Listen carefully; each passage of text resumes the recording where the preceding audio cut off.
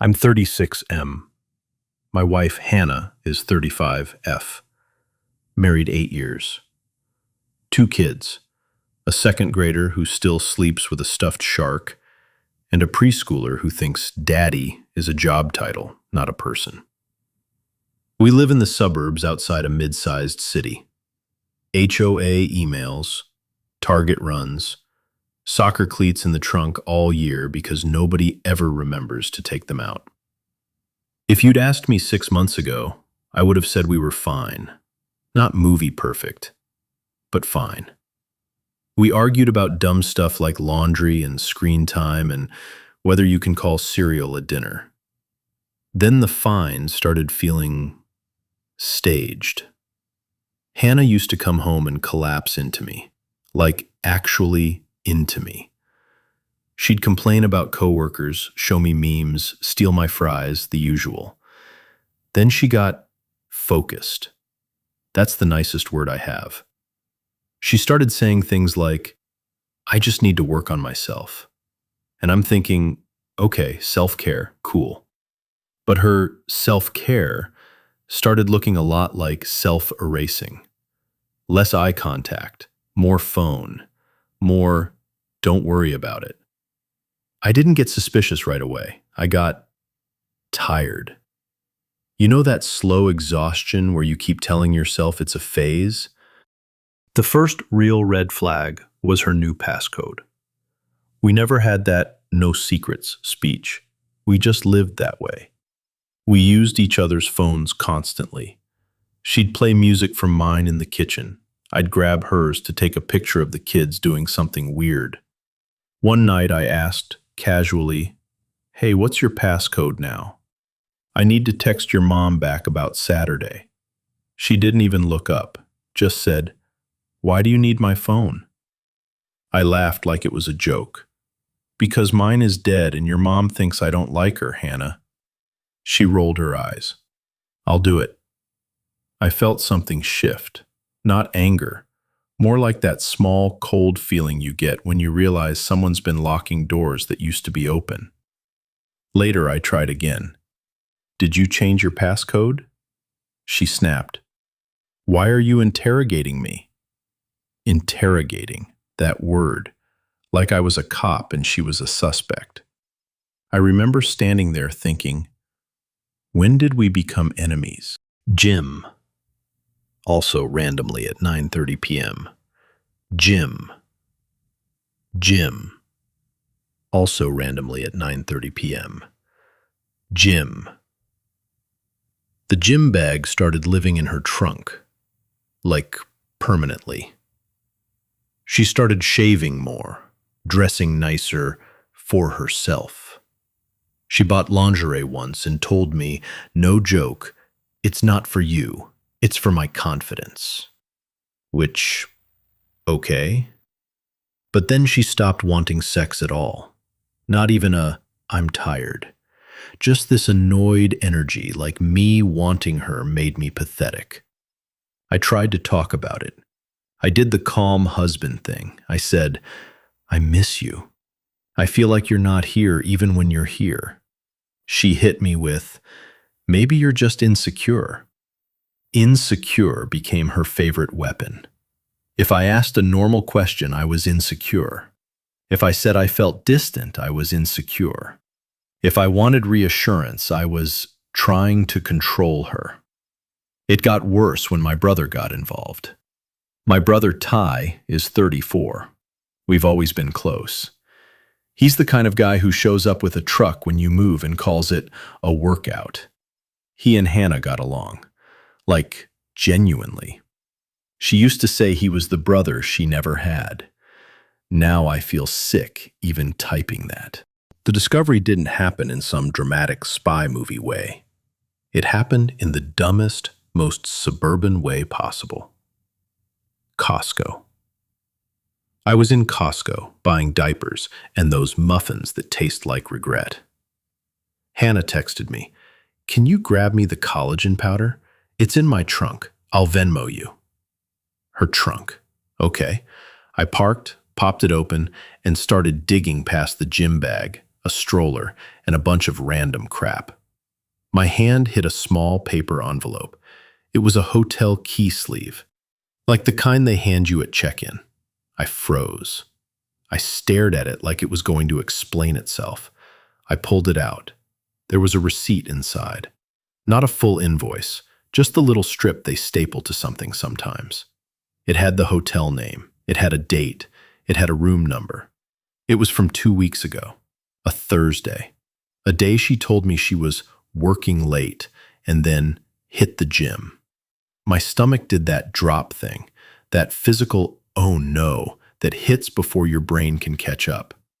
I stood there in a Costco parking lot, holding a hotel receipt like I was in a bad reality show. I drove home in a fog. I kept telling myself there was an explanation. Maybe she booked it for a work event. Maybe a friend. Maybe her job comped it. Maybe she was helping someone. Every explanation sounded fake the second I tried to say it out loud. That night, I didn't confront her. I watched, and I noticed everything. When she walked in, she didn't hug the kids first. She went straight to the bathroom. Phone in hand, door locked. At dinner, she kept checking her Apple Watch under the table. I asked, "Everything good?" She smiled without smiling. "Yeah, why?" I said, "No reason." And she said sharp, "You're doing that thing." "What thing?" "That thing where you act like something's wrong, but you won't just say it, and then I'm supposed to guess." I almost laughed, because that's literally what she was doing for months. I said, "I'm fine." She leaned back like she'd won something. "Good." After the kids were asleep, she went out to grab gas and stayed gone for 45 minutes. When she got home, her hair smelled like cologne that wasn't mine. I didn't sleep. I stared at the ceiling and thought, if I'm wrong, I'm insane. If I'm right, my life is over. 2 days later, I got the proof, in the dumbest way possible, again. My brother Ty came over to watch football. Hannah was weirdly cheerful that day, like she'd loaded a new personality. She made snacks. She laughed too hard at Ty's jokes. She touched his arm when she talked. I told myself I was being paranoid. I tried to be normal. At one point, Hannah's phone buzzed on the counter while she was upstairs. I wasn't even trying. It just lit up. Message preview. A name I didn't recognize at first. Then my brain caught up. It was saved as T, work. But the message said, "Same hotel next week? Thursday. I miss you." I felt my face go hot. My hands went cold. I clicked the notification before I could talk myself out of it. And there it was, a thread of months, hotel names, car selfies, a picture of Hannah in lingerie I had never seen, a voice note from a man, laughing, saying, "You're gonna get caught one day, babe." The man's name wasn't T, work. It was Tyler, my brother, my own brother. "Ty, what's up?" I held up the phone. His face changed, like the blood left it. He stood up too fast. "Dude." I didn't yell. I don't know why. I think my brain was in shock. I said, very calm, "How long?" He swallowed. "It's not how long." He glanced toward the stairs like he was hoping Hannah would come down and save him. He said, "A few months." "A few months," I repeated, like I was tasting poison. He tried to come closer, hands up like he was approaching a scared dog. "Bro, listen, you and Hannah were—" "Don't," I said. My voice cracked. I hated that. I hated sounding weak in front of him. And then Hannah came down the stairs, halfway through saying something cheerful. "Did you guys see?" She stopped when she saw my face. "What's going on?" she said, already defensive, already loaded for war.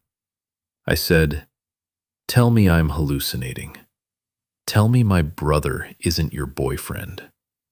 She blinked rapidly, like she could blink her way out of reality. Then she did the thing manipulators do. She laughed. "Oh my God, are you serious right now?" Ty said. "Hannah," she snapped at him, "shut up." Then she looked at me like I was the problem. "This is what I mean," she said. "You get in your head and spiral and you ruin everything." I stared at her. I saw the messages.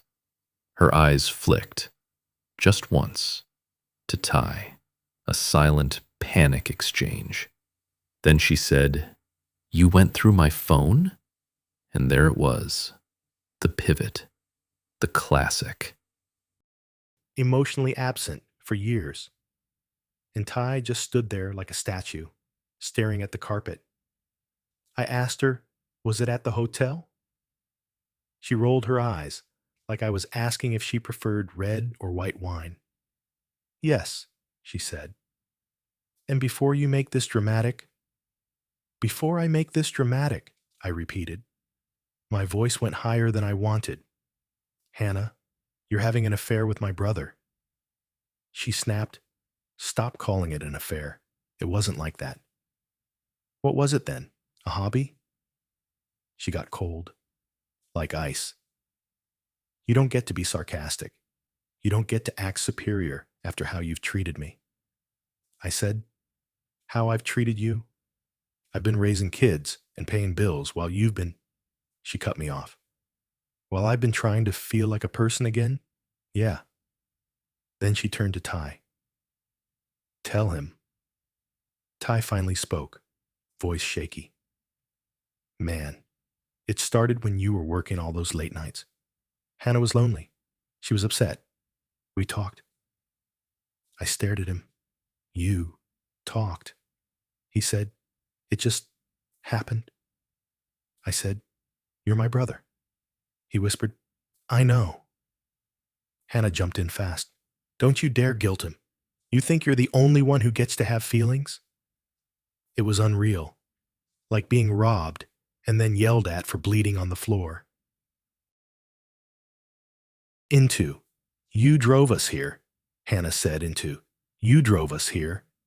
Hannah said something that slipped. She said, "Ty didn't even want to keep lying, but your mom said we should wait until after the holidays."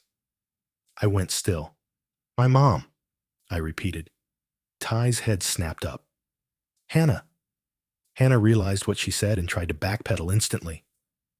"I didn't mean—" I pulled out my phone. I called my mom. Right there. Speaker. My mom answered cheerful. "Hey, honey, everything okay?" I said, "Did you know Hannah was sleeping with Tyler?" Silence. Not confused silence.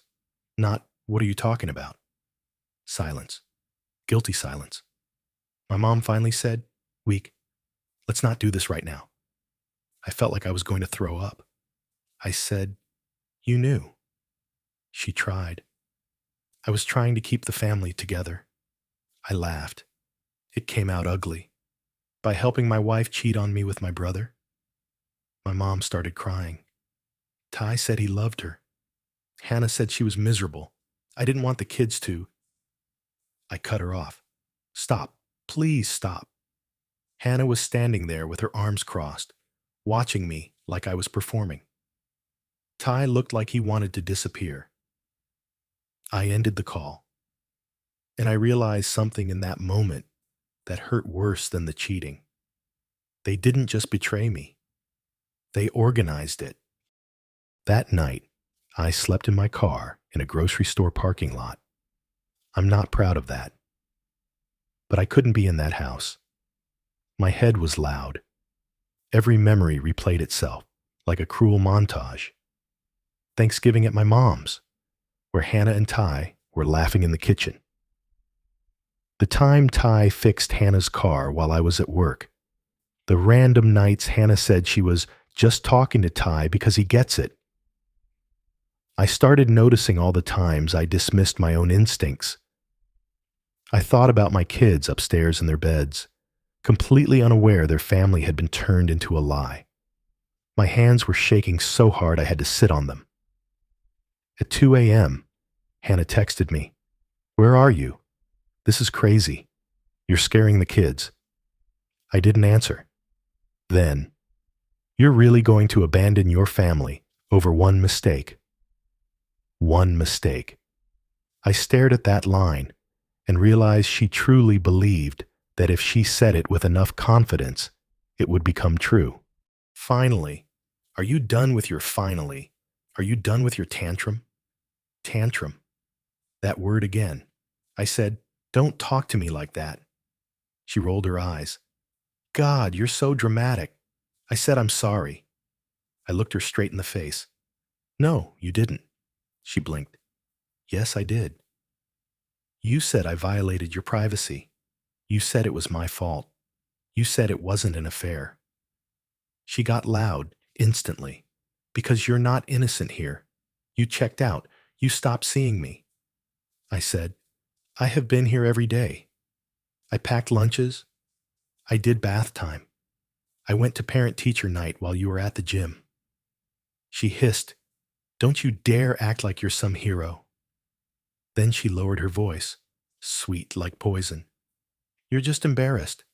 That's what this is. Your ego is bruised." My son walked in, rubbing his eyes. "Mom? Dad?" I swallowed everything and said, "Hey, buddy, get your shoes." Hannah smiled at him like she wasn't tearing my life apart. That was when I realized she wasn't going to take accountability. Ever. Not unless she absolutely had to. I called Ty. Not to yell. To understand. He answered like he'd been waiting for it. I said, "Why did you do it?" He started with the excuses. "It wasn't planned. We didn't mean." I said, "Stop. Just answer." He exhaled. "She said you didn't love her anymore." I laughed again. Because apparently, that's my trauma response now. I said, "So you thought the solution was to sleep with her?" He got defensive. "She was crying, man. She said you made her feel invisible." I said, "And you didn't think to tell me? You didn't think to say, 'Hey, my brother's wife is in a bad place'?" He went quiet. Then he said something that made my blood go cold. "I tried. But Mom said you'd explode and it would mess up everything." Mess up everything. Like my life wasn't already being messed up. So my mom knew. My brother knew.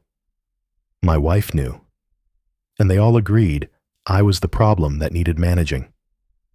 I hung up and sat on the floor of my laundry room like a cliche. And I cried quietly so the kids wouldn't hear. I didn't decide to divorce in some dramatic movie moment. It was quieter than that. It was a Tuesday afternoon. I was watching my daughter color at the kitchen table. Hannah was upstairs on a work call. My daughter asked, "Daddy, why does Mommy go out so much?" I felt my chest tighten. I said, "Mommy's busy, sweetie." She nodded and went back to coloring. Then she said, "I like when you do bedtime. You stay." I almost broke right there. That's what did it. Not the hotel receipt. Not the texts. Not even my brother. My kid saying, "You stay." Because staying in that house with Hannah wasn't staying. It was teaching my kids that love looks like disrespect. So I called a lawyer the next day.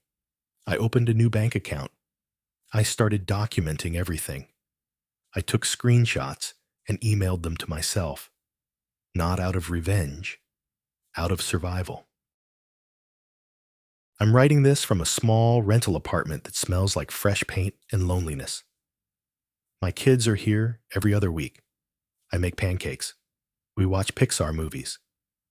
I do bedtime, and I stay. Hannah is still Hannah. Some days she's sweet.